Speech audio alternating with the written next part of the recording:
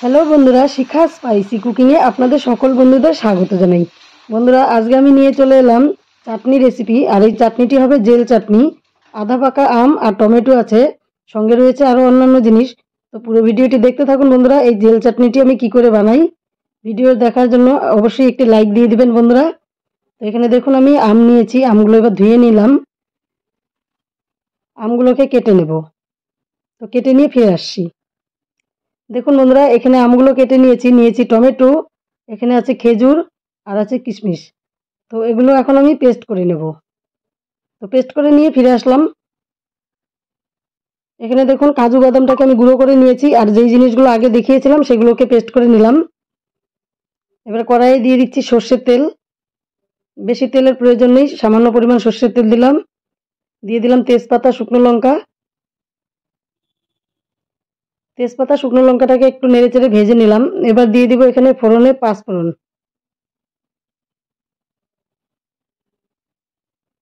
পাঁচফোড়নটা দেওয়া হয়ে গেল, এটাকে এখন ভেজে নেব। তো পাঁচফোড়ন ভেজে নেওয়ার পর এবার আমি যেই পেস্টটা বানিয়েছিলাম সেগুলো একসঙ্গে ঢেলে দিলাম। আমি চাইলে এখানে আলাদা আলাদা করেও দেখাতে পারতাম, কিন্তু এটা একসঙ্গে দিয়ে দিলাম যাতে ভিডিওটি ছোট হয়। তো তার আগে তো আমি দেখিয়ে দিয়েছি যে কি কি নিয়েছি। এবার দিয়ে দিব সামান্য পরিমাণ লবণ আর হলুদ।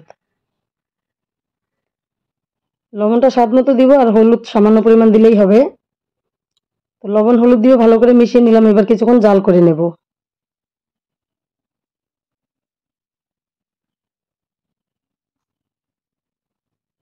দেখুন বন্ধুরা, জাল করতে করতে আমটা কিন্তু যেসব জিনিস দিয়েছি আর কি সব সেদ্ধ হয়ে গেছে। এবার আমি দিয়ে দিব এখানে পরিমাণ মতো চিনি।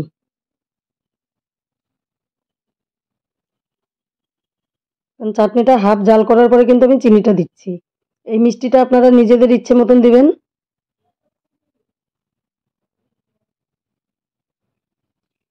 খুবই টেস্টি হয় এভাবে চাটনি বানায় খেতে, অবশ্যই একবার ট্রাই করবেন এভাবে খাওয়ার।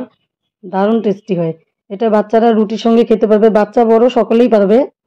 তো রুটির সঙ্গেও খেতে ভালো লাগে, এবং কি ভাত খাওয়ার পরেও যখন আমরা চাটনি খাই তখনও ভালো লাগে।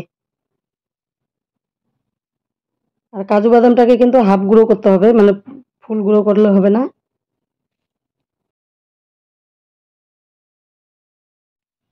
বন্ধুরা, চাটনিতে চিনি দেওয়ার পর চাটনিটাকে কিন্তু অনবরত নাড়তে হবে, নইলে নিচ থেকে লেগে যাবে। আর জাল করতে করতে দেখুন এরকম পর্যায়ে আসছে, অনেকটাই জেলের মতো হয়েছে দেখুন। তো এখানে আমি আরও একটু জাল করে নেব।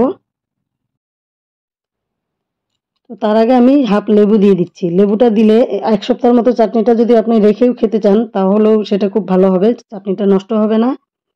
আমি তো এরকম করে চাটনি বানাই মাঝে মাঝে ফ্রিজে রেখে, তারপর চাটনিটা চলে সপ্তাহখানেক। তো আপনারাও রেখে খেতে পারবেন, যার ফলে লেবুটা অবশ্যই দিবেন। লেবু দিলে নষ্ট হয় না।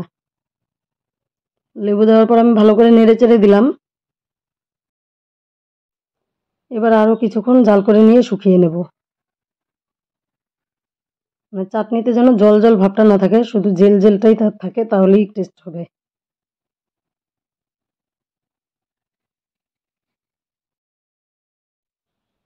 এই অবস্থাতে একটু ঘন ঘনই নেড়ে চেড়ে নামাতে হবে বন্ধুরা।